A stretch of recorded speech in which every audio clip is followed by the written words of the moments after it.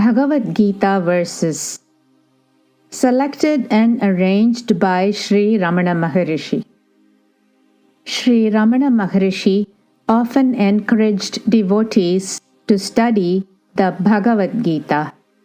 These verses may not come from the chapters in their numerical order, but they have been arranged by Ramana in the order of significance according to him. Sanjaya said, "To him who was thus overcome with pity and compassion, and who was despondent with despair, and with eyes full of tears, and was agitated, Madhusudana spoke these words. The Lord said, 'This body, O Kaunteya, is called the field. One who knows it is called the knower of the field by the sages who know.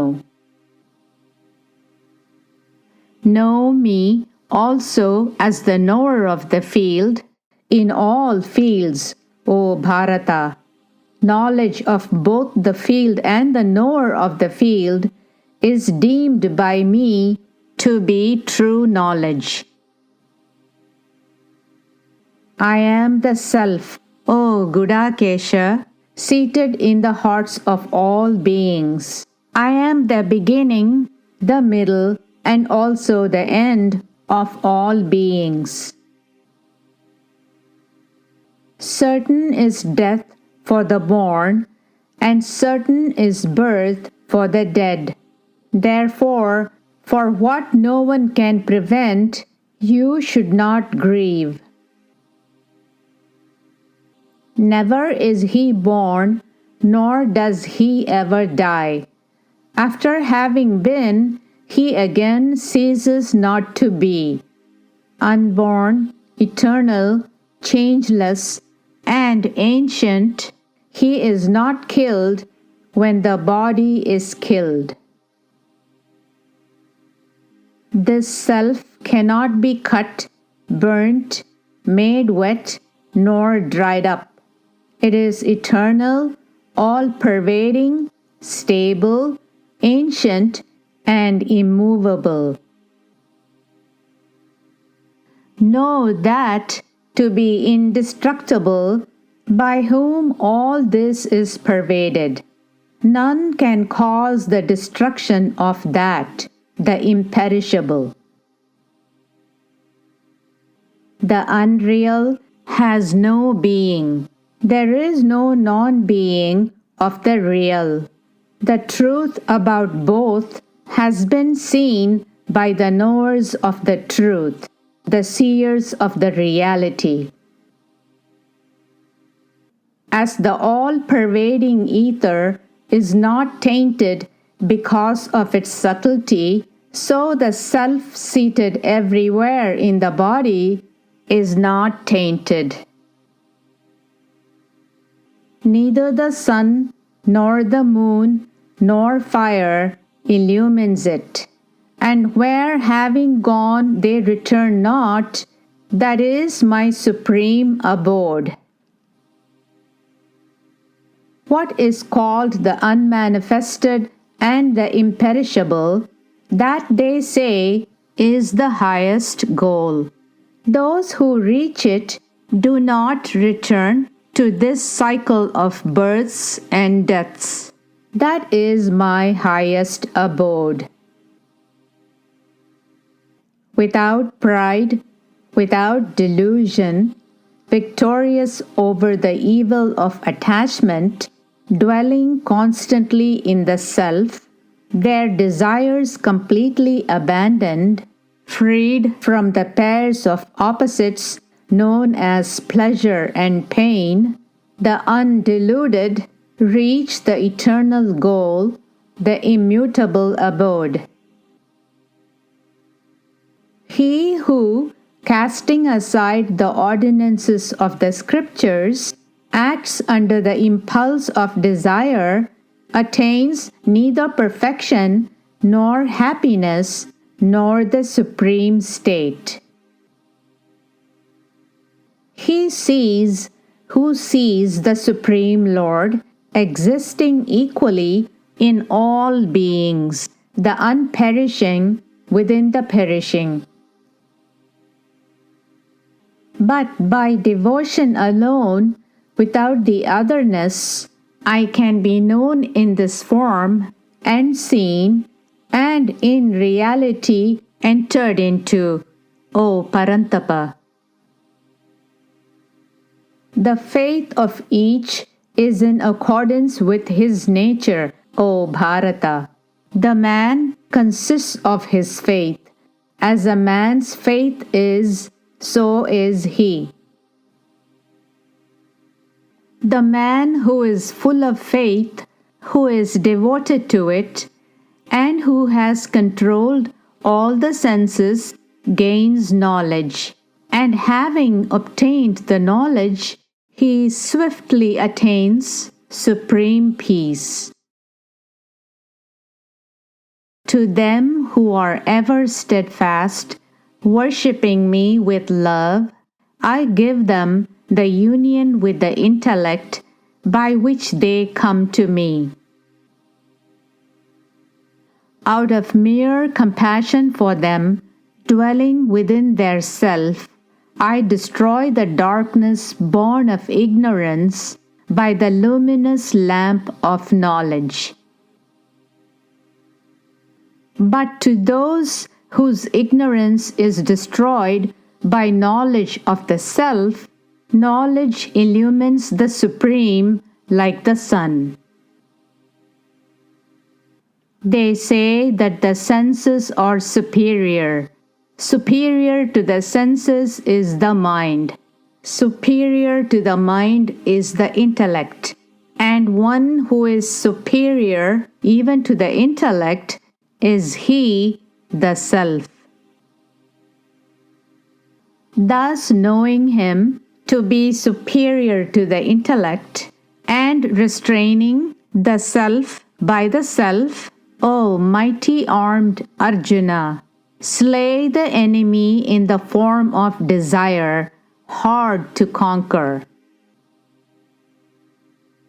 As the blazing fire reduces fuel to ashes, O Arjuna, so does the fire of knowledge reduce all actions to ashes.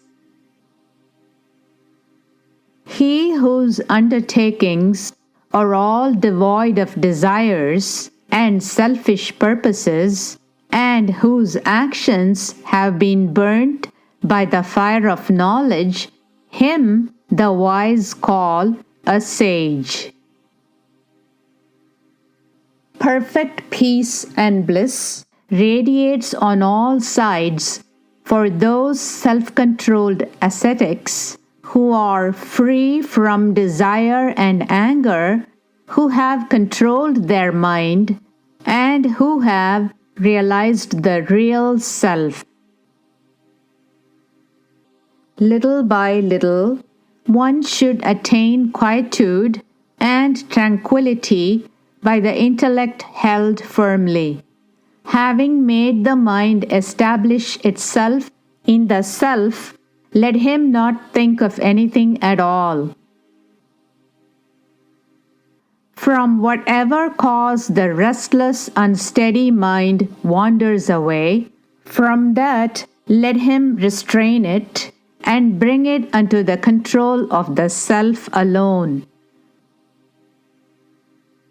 With the senses, the mind, and the intellect always controlled, having liberation as his supreme goal, one who devoutly seeks liberation, free from desire, fear, and anger, that sage is certainly liberated forever.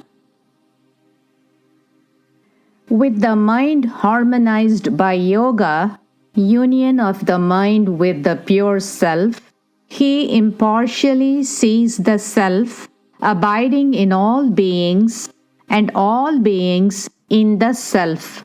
He sees the same everywhere.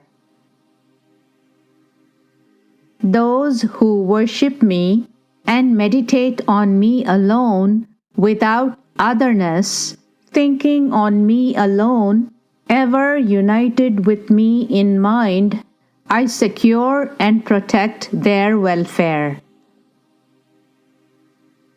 Of them, the wise jnani, ever steadfast and devoted to the One, is the best. For I am exceedingly dear to the Wise One, and He is dear to me. At the end of many births, the wise jnani finds refuge in me, realizing that all this is Vasudeva, the innermost self. Such a great soul, Mahatma, is very hard to find. When a man completely casts off all the desires of the mind, O Partha, and is satisfied in the self by the self, then he is said to be one of steady wisdom. Abandoning all desires, one who moves about without longing, without the sense of mine and without egoism, he attains peace of mind. He by whom the world is not disturbed, and who cannot be disturbed by the world, and who is freed from excitement, envy, fear, and anxiety, he is dear to me. The same in honor and dishonor, the same to friend and foe, abandoning all egotistical undertakings, he is said to have transcended the three gunas. For one who rejoices and revels only in the self, who is satisfied in the self alone, who is content in the self alone, for him really there is no work to do. For him there is no interest or purpose whatsoever in all the beings, in what is done and what is not done, nor does he depend on any being for any object. Content with what comes to him without effort, by chance, having transcended the pairs of opposites and envy, even-minded in success and failure, though acting, he is not bound. The Lord dwells in the hearts of all beings, O Arjuna, causing all beings, by His mysterious power, to revolve as if mounted on a machine. Surrender only to Him, O Bharata. Take refuge in Him with all thy being. By His grace you shall obtain supreme peace and eternal abode.